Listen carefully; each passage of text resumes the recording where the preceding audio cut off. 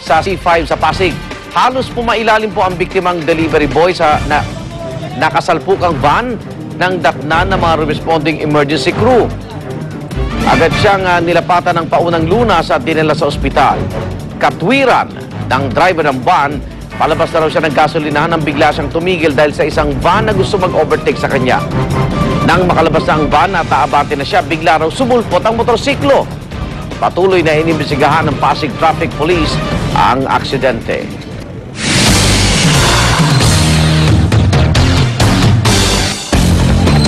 Nakata na po ang gymnasium na pagdarausan ng panunumpa ni Senador Coco Pimentel sa Mati, Davao Oriental, at may live report si Lia Manyala. Lia! Igan, sa ngayon nga ay bumabiyahe na patungo dito sa Mati, Davao Oriental mula Davao City si Senador Coco Pimentel para sa kanyang oath-taking ceremonies ngayong umaga. Isang Thanksgiving Mass muna ay ang iaalay para kay Pimentel alas 9 ngayong umaga. Susundan ito ng kanyang oath-taking ng alas 10 sa harap ni Davao Oriental Governor Cora Malanyaon at ng tinatayang 2,000 residente ng Mati, Davao Oriental na dadalo rito. Nakahanda na ang Provincial Gymnasium na talagang pininturahan pa para sa espesyal na okasyon ngayon.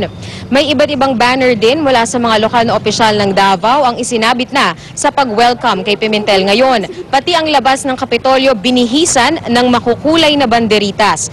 Pasado alas 9 kagabi dumating sa Davao City si Pimentel kasama ang kanyang may bahay na si Jewel at ilang kaibigan. Ngayong umaga inaasahan naman ang pagdating mula Maynila ng ina at mga kapatid ni Pimentel para nga saksihan ang kanyang oath-taking ceremonies. Hindi raw makakadalo ang kanyang ama na si dating Senador Nene Pimentel dahil kailangan itong umattend sa oral arguments sa Korte Suprema. Igan? Maraming salamat, Lia Manyalak. Nagulat po live mula sa Mati, Davao Oriental.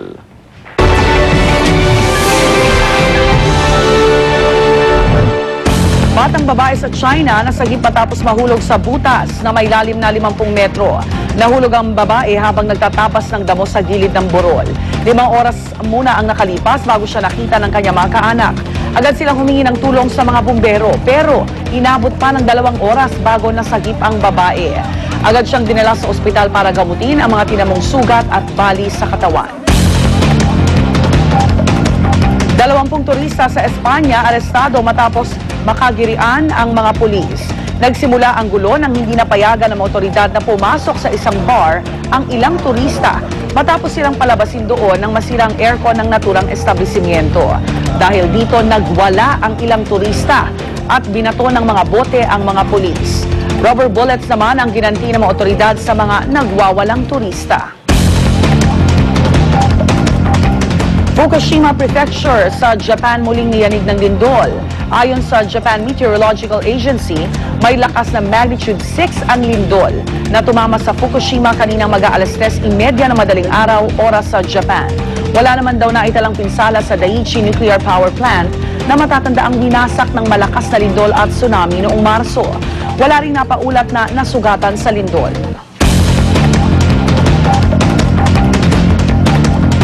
Oras na para sa unang chika. Narito na si Luan D. Luan! Salamat, Igan. Napahanga po tayo sa husay sa football field ng Philippine ASCALs players na sina Ali Borromeo, Chiefy Caligdong at Ian Araneta. At ngayon, sa ibang larangan man sumabak ang tatlo. At yan po ay sa pag-arte sa pelikula. Pasado naman kaya ang kanilang acting sa pelikulang Twin Academy Class of 2012. Alamin sa unang chika ni Lars Santiago.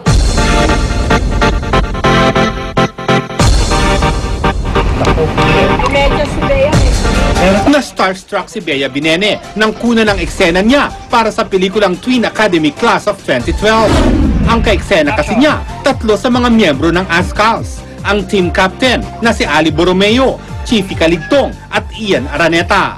Saya-saya ko nung nakita ko sila kasi syempre parang po ASCALs, di ba? Parang they're competing sa ibang bansa, nasa national team sila. So, sarap na feeling. Ang ASCALs naman, game na game sa shooting. Kahit magkaroon ng isa pang take, ang eksena, wala silang reklamo. We did it for the sport, for promotion for the sport also, and inspiration to the kids out there. Sobrang saya makasama mo yung mga ganitong tapos magbigay ng inspirational sa mga bata. Hindi ba naman sila kinabahan sa pag-arte? Nung una, iniisip ko, pero nung nag-start na kami, medyo nawala naman siya. Wala naman, it's more natural talaga kasi parang turo rin kami ng bata. So we want to give back also to the kids and to the Filipino people. Kumusta naman ka-eksena si Bea sa football scene? She took it up easily, she's kicking the ball pretty well. Kayang-kaya niya. Ang saya-saya kasi syempre kahit natuturuan din nila ako ng mga kicks, nakapag-passing din kami ng ball. Hindi lang sina Ali, Chiefy at Ian ng Ascals ang nasa Twin Academy, kundi maging ang Ascals trainee na si Mark McMahon na sobrang nag-enjoy sa pakikipagtrabaho sa Twin Stars. It's really fun. Like, I get to meet them, hang around with them sometimes.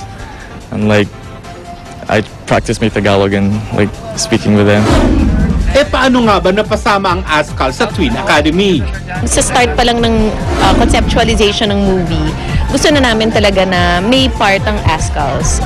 Dahil I think itong movie nga na Twin Academy, pinapakita natin kung ano yung mga in sa generation na to. Di ba in na in sila? So talagang we're very happy na ito nga, nakapag-shooting sila with us. Para sa unang balita, Lars Santiago reporting. Samantala, bahay ni Amy Winehouse sa London pinagnakawan umano matapos siyang pumanaw nitong July. Sa ngayon, 2 lyric books pa lang ang nai-report na nawawala sa mga pulis. Pero inaalam pa ng mga otoridad kung may iba pang gamit na nakuha mula sa bahay ng British soul singer. Galit na galit ang ama ni Amy na si Mitch Winehouse. Naniniwala siyang ninakaw din ang ilang sulat at unreleased music and lyrics na ginawa ng anak niya. Umpisa pa lang yan ang ating chikahan this morning, so stay tuned. At ang hirit namin mamaya, 2 pulis arestado. Matapos naman ng gulo sa isang lamay sa Mandaluyong, isa pa nilang kasamahan nakatakas.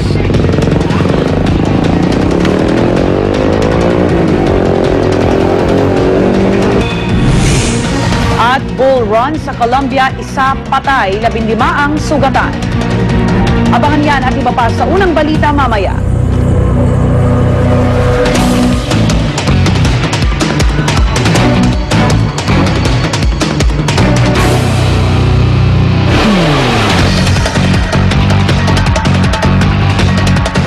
Sakit, Dok. Okay. Balik po tayo dito sa Barangay Pansol sa Quezon City kung saan sinasabi dito, isa sa may pinakamataas na kaso ng dengue. Kung mapapansin niyo po sa may likuran ko, mapuno po dito sa Barangay Pansol. At nakikita niyo rin, naglilinis na ngayon yung mga residente rito, yung mga barangay officials para naman mabulabog yung mga tinitirhan dito ng mga lamok na may dalang dengue. Ngayon, aalamin natin